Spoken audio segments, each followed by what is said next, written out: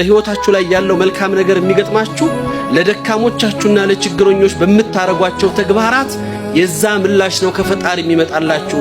የሱ እርዳታና በችግር ጊዜ ፈተናዎቻችሁ እንድትሻገሩ የሚመጣላችሁ ለነሱ በመታደርጉት ተግባር ነው። ኡስታዝ ምን አጋጥሞ ነው? ምክንያቱም በጣም ብዙዎች በጣም ተጨነቁና እኛም ጋር እየደወሉ እየጻፉ ነው። አንተም ጋር እንግዲህ ሆስፒታል አካባቢ ግርግሩን አይተዋል ብዬ አስባለሁ። ምን ተፈጥሮ ነው?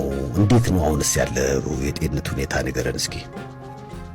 ያው በአጋጣሚ ዛሬ ሳምንት ትንሽ ኩላሊት ጠጠር ገጠመኝና ኩላሊት ጠጠር ኦፕሬሽን አድርጌ ነበር በሌዘር በጨራሪ ነው ማግስቱ ወጥቼ ነበር።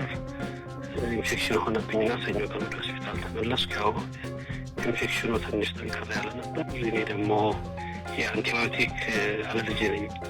አንቲባዮቲክ ስወስድ ደግሞ የበለጠ ጉዳቱ ይጨምራልና ያን ትሪት ለማድረግ ትንሽ ሐኪሞቹም እንትን ሆኑና የቻሉትን ጥረት አደረጉ። አልሐምዱሊላህ ዛሬ ግን ከሰሞኑ ከነበርኩበት የተሻለ ሕክምና አግኝቼ በጥሩ ጤንነት ላይ ነው የምገኘው። ያው እንዳልከው ሰው በጣም ተጨንቋል። እኔም አንድ መረጃው እዚህም ሆስፒታልም ላይ ያለው በጣም ከፍተኛ ቁጥር ያለ ሰው መምጣት የሰው መጨናነቅ ስላየሁ ነው ትናንት ፔጅ መልዕክት እንዲተላለፍ ያደረኩት። አሁን ባለው ሁኔታ እንግዲህ ለሁሉም በጤንነት በተሻለ ደረጃና በጥሩ ሁኔታ ላይ ነኝ ያለሁት። በተለይ ዛሬ በጣም ጥሩ ለውጥ አለኝ።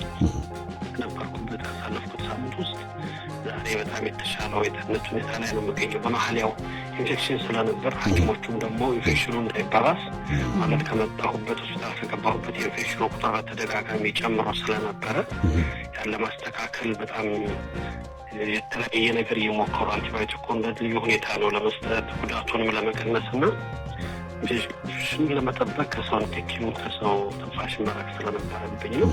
አልሐምዱሊላህ አላህ እንግዲህ የተሻለውን መርጦ ዛሬ በጥሩ ጤንነትና በመልካም ሁኔታ ላይ ይገኛለሁ። በሙስሊሞችም ሆነ በክርስትና እምነት ተከታዮች ዘንድ እጅግ ተወዳጅና ተቀባይነት ያለው ሰው ነው።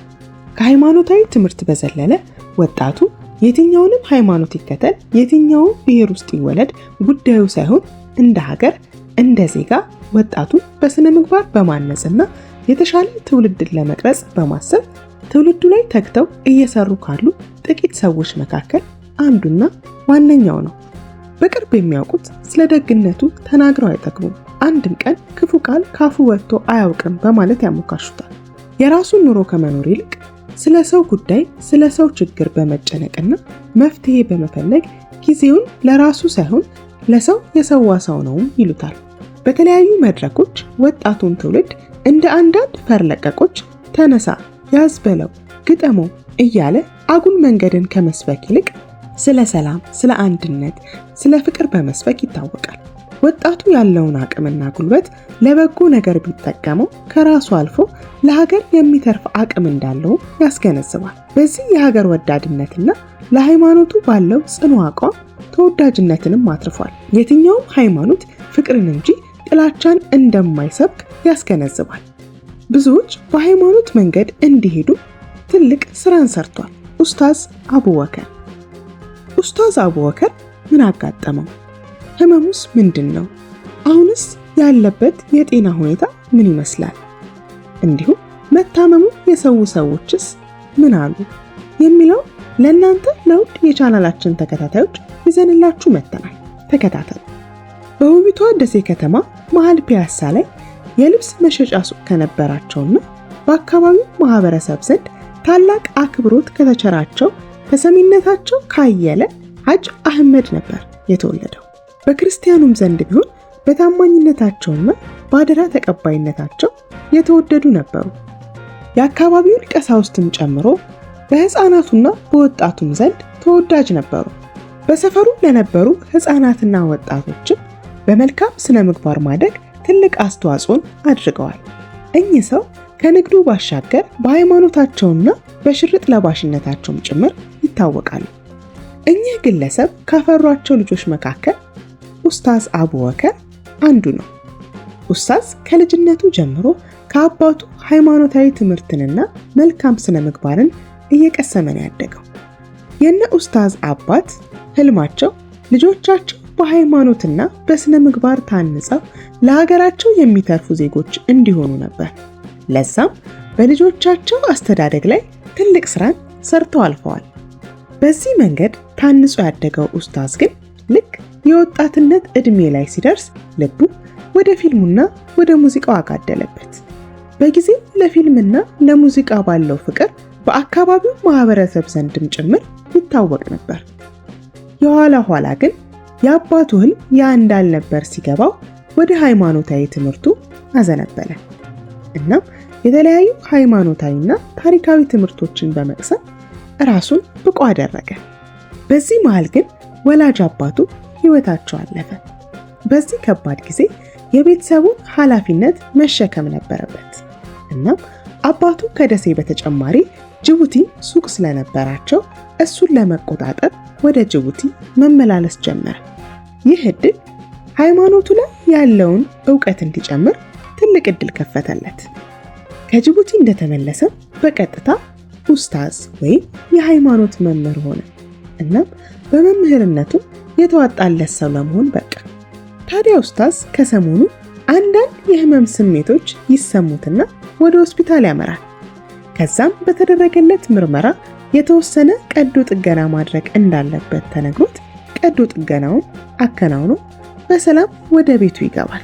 ነገር ግን ቤቱ ሆኖ በማገገም ላይ ሳለ በድጋሚ ከባድ የሆነ ህመም ይሰማውና ተመልሶ ወደ ሆስፒታል ይሄዳል።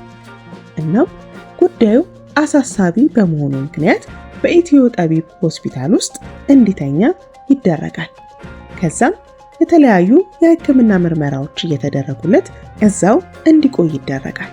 እስካሁንም ኡስታዝ በዛው በኢትዮ ጠቢብ ሆስፒታል ውስጥ ይገኛል። በተጨማሪም ኡስታዝ ስላለበት የጤና ሁኔታ ይፋ አድርጓል። ከሰው ጋር ንክኪ መከልከሉንም ጭምር አሳውቋል። ይህንን ጉዳይ በርካታ ሚዲያዎች እየዘገቡት ይገኛል። የተለያዩ ሐሳብ አስተያየት ሰጪዎችም የተሰማቸውን ጥልቅ ሐዘንና በጸሎት ከጎኑ እንደሚቆሙ እየገለጹለትም ጭምር ይገኛል። ለሙስሊሙ ለክርስቲያኑ አባትም ወንድምም የሆነው ኡስታዝ የሁሉም እምነት ተከታይ ወዳጆቹ በጸሎት እንደሚያስቡት እየገለጹለት ይገኛሉ። መልካምነቱን አይቶ ፈጣሪ እንዲምረውም እየተማጸኑለት ነው። አላህ የአፊያን ቀሚስ ይመልስልን ያለው አንድ ሐሳብ አስተያየት ሰጪ ነበር። ሌላ ሐሳብ አስተያየት ሰጪ ደግሞ ስለ ኡስታዝ ሲናገር ከቀዶ ጥገና በኋላ እንኳን ቤቱ ሊጠይቁት የመጡትን ሰዎች ቁጭ ብሎ ነበር የሚያናግራቸው። ምክንያቱ ደግሞ ሰዎች የሱን ህመም አይተው እንዲጨነቁ ስለማይፈልግ ነበር። ኡስታዝ ከራሱ ይልቅ ለሰዎች ስሜት የሚጨነቅ ታላቅ ሰው ነው በማለት ገልጾታል። እንግዲህ ሁላችንም ኢትዮጵያውያን ይህንን ደግ ሰው ፈጣሪው ይምረው ዘንድ እንማጸነው ለማለት እንወዳለን።